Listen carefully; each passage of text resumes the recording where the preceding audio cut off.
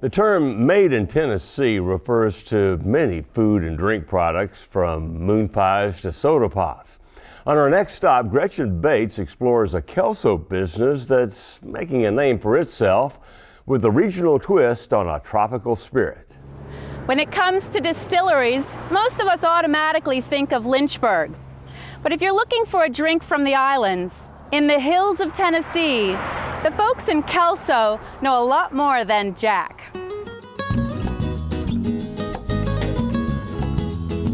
When people think about rum, they think about the tropics, cocktails with paper umbrellas.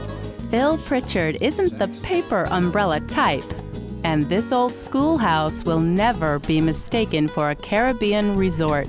But that doesn't bother the folks at Prichards Distillery one bit. Since 1999, their mission has been to make the best rum possible, and the world is taking notice. We ship our products out all over the world. We've got 42 states that we're currently doing business in and about 8 European countries. Our rums have been recognized throughout the world as being exceptional in quality and flavor. Phil took a rather exceptional route on his path to rum production, making the transition after 30 years as a dental technician. Somewhere along the way, I got a little bit bored with that, and I had a cousin of mine named Mac that lives up in Nashville that kind of gave me a little idea about making rum in Tennessee. But that idea, once it got implanted, I wasn't going to let go of it because it really did sound like a good idea. And one time, Connie came home and I had her canning pot sitting there on the old stove, and she looked at me and says, "What are you doing?" And I said, "Honey, I'm making some rum. Here, have a taste."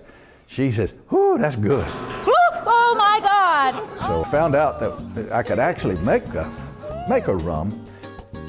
Now, since the authorities tend to frown on private stills, Phil called the cops on himself. And I'll never forget the day that I took an ATF agent out to my barn to look at my whiskey still.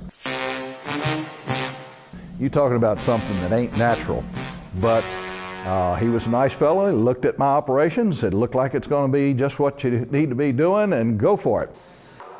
And go for it he did, starting by researching his beverage of choice.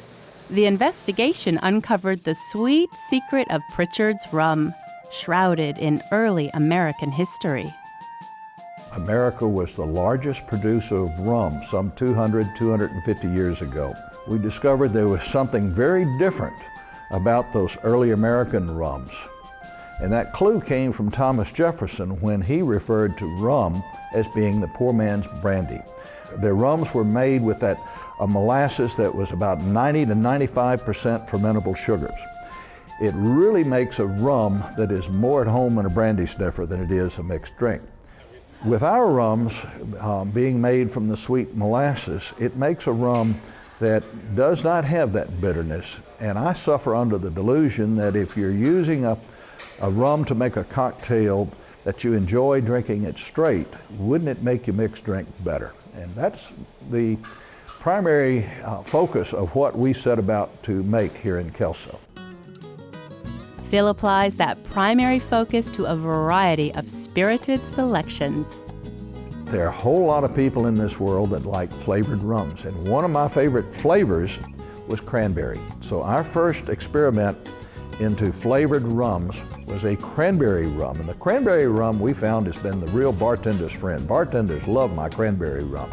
And then we began to explore other flavors. We do a peach mango rum, and a real summertime favorite is our key lime rum.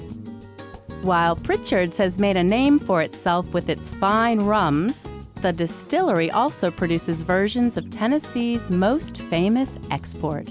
Actually, we make two new whiskeys here right now. We make a single malt Irish-styled whiskey right here in Little Kelso, and we recently have been laying down barrels for our new Tennessee whiskey, which is a little bit different than the other two distilleries that are located here in Tennessee. Tennessee's also known for Southern hospitality, which Pritchard's makes by the barrelful. We love to have visitors here. We're open most every day from 9 to 3:30. We close at 3 on Saturday, and we're closed all day on Sunday. But in this little old schoolhouse, it's not unusual for us to have 40, 50 visitors a day coming through. I will tell you that I have found my calling. It's not the best English in the world, but I say this is one of the funnest things I ever got involved in. Phil may never win an award for grammar, but that's okay. Prichards rum speaks for itself.